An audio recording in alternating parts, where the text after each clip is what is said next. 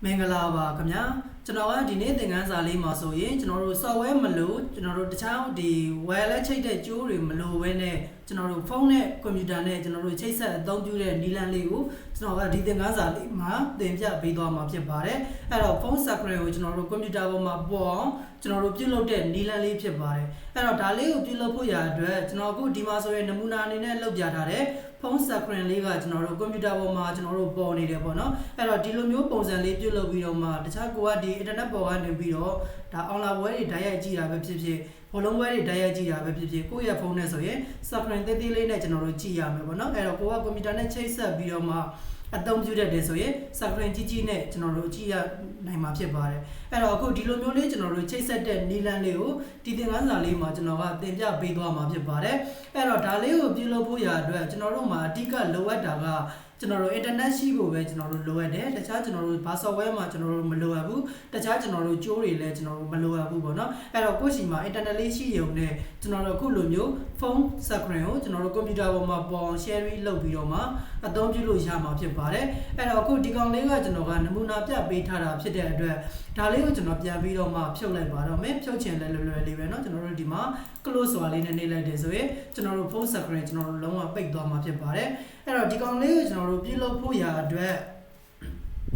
်ကျွန်တော်တို့ကွန်ပျူတာရဲ့ setting တွေကိုကျွန်တော်တို့ဝင်ပြီးတော့မှသူ့မှာလိုအပ်တဲ့ setting လေးတွေကျွန်တော်တို့ပြင်ပေးဖို့လိုပါတယ်အဲ့တော့ကွန်ပျူတာရဲ့ setting တွေကိုဝင်ဖို့ရာအတွက်ဆိုရင်ကျွန်တော်တို့နီလာမျိုးမျိုးနဲ့ကျွန်တော်တို့ဝင်လို့ရတယ်ပထမနည်းကတော့ကျွန်တော်တို့ search bar ကနေပြီးတော့မှ setting ဆိုပြီးတော့ရိုက်ရှာပြီးတော့လဲကျွန်တော်တို့ကွန်ပျူတာရဲ့ setting တွေကိုကျွန်တော်တို့ setting ခန်းတွေကိုဝင်လို့ရမှာဖြစ်ပါတယ်အဲ့တော့ဒီလိုမှကျွန်တော်တို့ဒီထဲကနေပြီးတော့မဝင်ချင်ဘူးဆိုရင်လဲကျွန်တော်တို့ဒီဘက်မှာ notification bar လေးရှိတယ်အဲ့ဒီနေရာကနေပြီးတော့10လဲကျွန်တော်တို့ကွန်ပျူတာ setting ခန်းတွေကိုကျွန်တော်တို့ဝင်လို့ရမှာဖြစ်ပါတယ်အဲ့တော့ဒီကနေပြီးတော့ကျွန်တော်တို့မဝင်ချင်ဘူးဆိုရင်လည်း keyboard ကနေပြီးတော့အလွယ်တကူ Windows logo နဲ့ i နဲ့ကိုတွဲနှိပ်ပြီးတော့မှကွန်ပျူတာရဲ့ setting ရှိတဲ့အခန်းထဲကို setting ခန်းထဲကိုကျွန်တော်တို့ဝင်ရောက်နိုင်မှာဖြစ်ပါတယ်အဲ့တော့အခုဒီမှာတော့ကျွန်တော်ကအလွယ်တကူ keyboard ကနေပြီးတော့ Windows logo နဲ့ i နဲ့ကိုတွဲနှိပ်ပြီးတော့မှကွန်ပျူတာရဲ့ setting တွေရှိတဲ့အခန်းထဲကိုကျွန်တော်တို့ဝင်ပေးမှာဖြစ်ပါတယ်အဲ့တော့ဒီထက်ကိုရောက်လာပြီဆိုတာနဲ့တပြိုင်နက်ကျွန်တော်တို့ app ဆိုတဲ့ထဲကိုကျွန်တော်တို့ဝင်ပေးပါမယ်အဲ့ဆိုတဲ့ထဲကိုဝင်ပြီးသွားပြီဆိုရင်တော့ FM feature ဆိုတဲ့ထဲကိုကျွန်တော်တို့ဝင်ပေးရပါမယ်ဒီရဲ့ FM feature ဆိုတဲ့နေရာလေးကိုရောက်လာပြီဆိုရင်တော့ကျွန်တော်တို့ဒီမှာ optional feature ဆိုတာလေးကျွန်တော်တို့ရှိပါတယ်အဲ့ဒီထဲကိုကျွန်တော်တို့ဝင်ပေးရမှာဖြစ်ပါတယ်အဲ့တော့ဒီရဲ့ optional feature ဆိုတဲ့နေရာလေးကိုရောက်ပြီဆိုတာနဲ့ FA feature ဆိုတဲ့နေရာလေးကိုကျွန်တော်တို့ဝင်ပေးရမယ်အဲ့တော့ဒီရဲ့ FA feature ဆိုတဲ့နေရာလေးထဲမှာကျွန်တော်တို့ wirelessဒီ display လေးကိုကျွန်တော်တို့ install mount ပေးရမှာဖြစ်ပါတယ်အဲ့တော့ဒါကြောင့်ဒီရဲ့ search bar လေးမှာ wireless display လေးကိုဒီ install mount ပေးရမှာဖြစ်တဲ့အတွက် WIRE wire လို့ရိုက်ထည့်လိုက်တာနဲ့တပြိုင်နက်ကျွန်တော်တို့ wireless display လေးကျွန်တော်တို့တက်လာပါလိမ့်မယ်အဲ့တော့အခုဒီကောင်လေးကကျွန်တော်ကဘာလို့မတက်နေတာလဲဆိုရင်အခုကျွန်တော်က install mount ပြီးသားလေးရှိနေတဲ့အတွက်သူကမတက်လာနေတော့တာเนาะအဲ့တော့ပုံမှန်အတိုင်းဆိုရင်တော့ကျွန်တော်တို့ wireless display ဆိုတာလေးကိုကျွန်တော်တို့ထည့်ပေးရပါမယ်အဲ့တော့အခုဒီကောင်လေးကိုတင်ပေးရမယ်နော် wireless display ဆိုတာလေးကိုတင်ပေးရမယ်အဲ့တော့အခုဒီကောင်လေးကကျွန်တော်တို့ဒီပထမလုံးဝမတင်ရသေးတဲ့အချိန်တွေမှာသူကဒီနေရာလေးမှာကျွန်တော်တို့ရှိနေမှာမဟုတ်ဘူးဒီရဲ့ FA feature ဆိုတဲ့နေရာလေးက search bar လေးမှာကျွန်တော်တို့ရိုက်ရှာပေးရပါမယ် wireless ဆိုပြီးတော့ရိုက်ရှာလိုက်တာနဲ့wireless display ဆိုတာလေးတွေ့ပြီဆိုရင်သူ့ကိုကျွန်တော်တို့ဒီလိုမျိုးလေးဒီရဲ့အထင်မှာအမှန်ချလေးထည့်ပြီးတော့မှ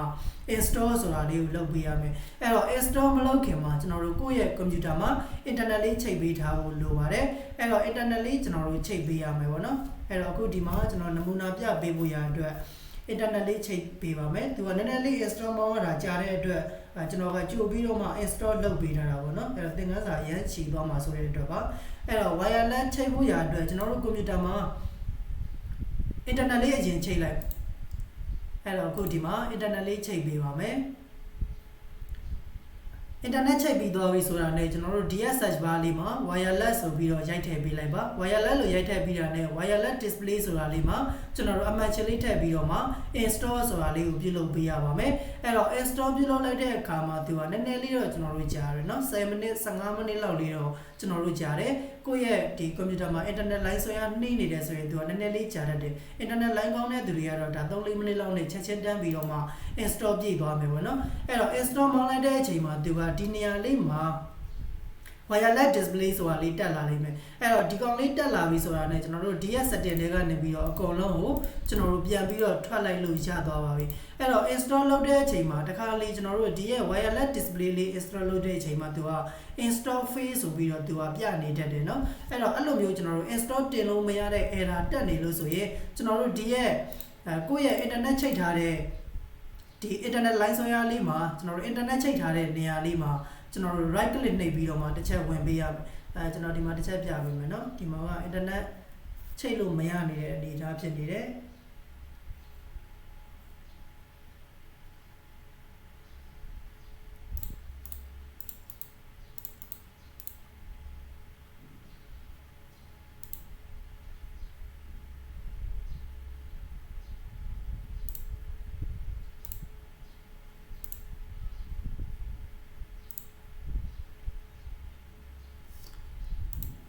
အခုဒီမှာ internet လေးချိန်ပြီးသွားပြီเนาะအဲ့တော့ internet ချိန်ပြီးသွားတဲ့အချိန်မှာအစောနောက်ကျွန်တော်တို့ setting တွေကိုဝင်ပြီးတော့မှ optional feature ဆိုတဲ့နေရာမှာ wireless display လေးကိုကျွန်တော်တို့ install မောင်းတဲ့အချိန်မှာ install ရဆိုပြီးတော့မှအားလုံးပြီးသွားတဲ့အချိန်မှာပြရပါမယ်မပြဘဲနဲ့ကျွန်တော်တို့ install phase ဆိုပြီးတော့မှ install လုပ်လို့မရတဲ့အဲ့ဒါကျွန်တော်တို့တက်လာခဲ့လို့ဆိုရင်ကျွန်တော်တို့ကိုယ့်ရဲ့ဒီမှာ internet ချိန်ထားတဲ့နေရာလေးမှာ right click လေးနှိပ်ပြီးတော့မှ open network and internet setting ဆိုပြီးတော့မှကျွန်တော်တို့ detail ကိုဝင်ပေးလိုက်မယ်အဲ့တော့ဒီနေရာလေးမှာကျွန်တော်တို့က meter connection တွေကိုသူကပိတ်ပေးထားဖွင့်ထားလို့ဆိုရင်ကျွန်တော်တို့အဲ့မှာသူက install လုပ်လို့မရတဲ့ error လေးသူကတက်တယ်ပေါ့နော်တကယ်လို့ကိုက meter connection တွေကို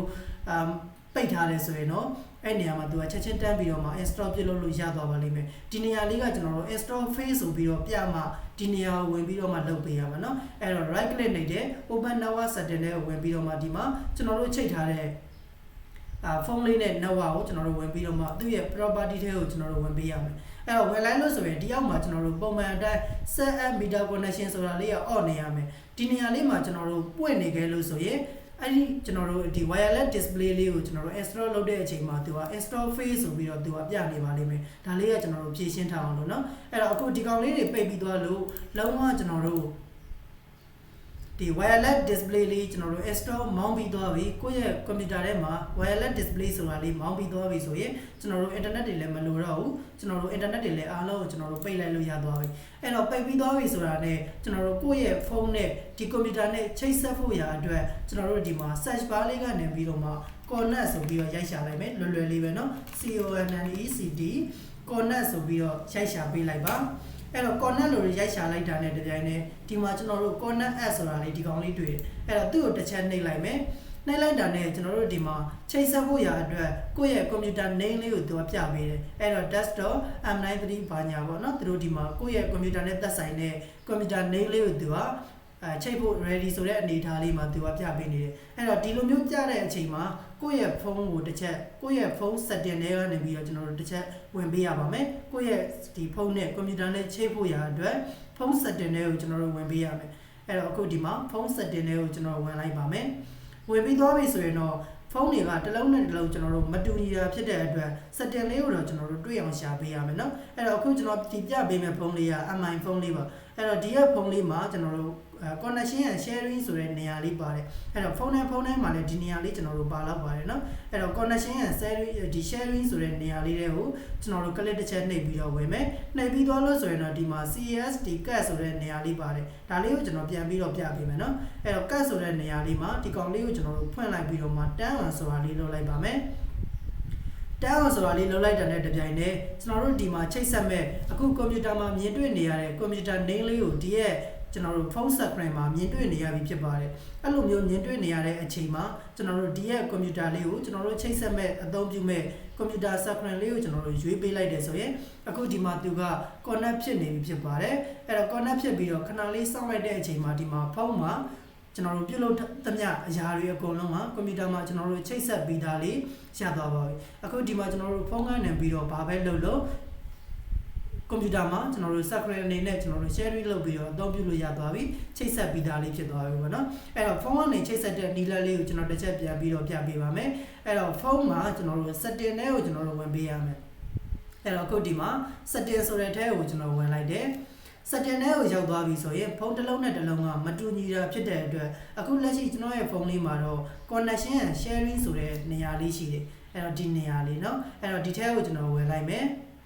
ဝင်ပြီးသွားပြီဆိုရင်တော့ဒီအပေါ်ဆုံးမှာကျွန်တော်တို့ CSD cut ဆိုတဲ့နေရာလေးရှိတယ်အဲ့ဒီနေရာလေးကိုဝင်လိုက်တာနဲ့တပြိုင်တည်းအခုဒီကောင်လေးကကျွန်တော်တို့ဖွင့်ထားတဲ့အတွက်အခုလက်ရှိဒီ computer screen ကိုဒီဖုန်း screen ကို computer မှာကျွန်တော်တို့ sharing လုပ်ပြီးသားလေးဖြစ်နေတာတကယ်လို့ဒီနေရာလေးမှာဒါပိတ်လိုက်တယ်ဆိုရင်ကျွန်တော်တို့ပျောက်သွားမယ်ပေါ့နော်အဲ့တော့ဒီနေရာလေးမှာကျွန်တော်တို့ဒီဖွင့်ပေးထားရမယ်ဖွင့်ပြီးတော့မှဖွင့်လိုက်တယ်ဆိုတာနဲ့တပြိုင်တည်းပထမကျွန်တော်တို့ computer မှာမြင်တွေ့နေရတဲ့ computer name လေးကိုနှိပ်လိုက်တယ်ဆိုရင်သူ့လိုကျွန်တော်တို့ auto connect ဖြစ်သွားပါလိမ့်မယ်အခုဒါဆိုရင်ကျွန်တော်တို့ရသွားပြီအဲ့တော့ဖုန်း screen လေးရသွားတဲ့အတွက်ကျွန်တော်တို့ဖုန်းထဲမှာတချင်းလေးတစ်ပုဒ်လောက်ကျွန်တော်တို့ဖွင့်ကြည့်လိုက်မယ်ပေါ့နော်အဲ့တော့ဒီမှာ MH player လေးကိုဝင်လိုက်မယ်ဝင်ပြီးသွားပြီဆိုရင်တော့ကျွန်တော်တို့ဒီထဲကနေပြီးတော့ကျွန်တော်တို့တချင်းလေးတစ်ပုဒ်လောက်ဖွင့်လိုက်ပါမယ်အခုဒါဆိုရင်ကျွန်တော်တို့ဒီမှာ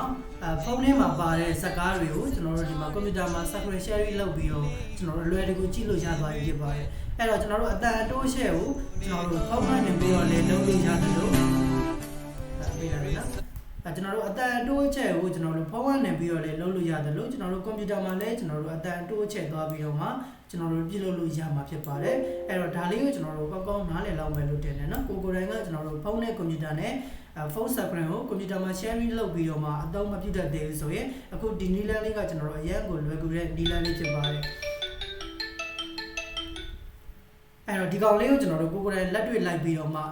လေ့ကျင့်ကြည့်ပေးမယ်အကယ်၍ကိုယ်လေ့ကျင့်ကြည့်တဲ့အခါမှာကျွန်တော်တို့မရတဲ့နေရာလေးတွေရှိတယ်ကျွန်တော်သင်ပေးတာနားမလည်လိုက်တဲ့နေရာလေးတွေရှိတယ်ဆိုရင်လည်းကျွန်တော်ကိုပြန်ပြီးတော့မှမြင်မြင်ပေးလို့ရပါတယ်အကယ်၍ကိုယ်လေ့ကျင့်ပြီးသွားပြီကိုယ်လည်းအမှန်တကယ်ဖုန်း screen ကိုကွန်ပျူတာမှာ sharing လုပ်ပြီးတော့မှအသုံးပြုတတ်နေပြီဆိုရင်တော့ဒီသင်ခန်းစာရဲ့ comment လေးမှာ TONE done ဆိုပြီးတော့မှရေးခဲ့ပေးပါဦးခင်ဗျာအခုဒါဆိုရင်တော့ကျွန်တော်ဒီသင်ခန်းစာလေးကိုဒီမှာပဲရှင်းထားလိုက်ပါမယ်အားလုံးအဆင်ပြေကြပါစေခင်ဗျာ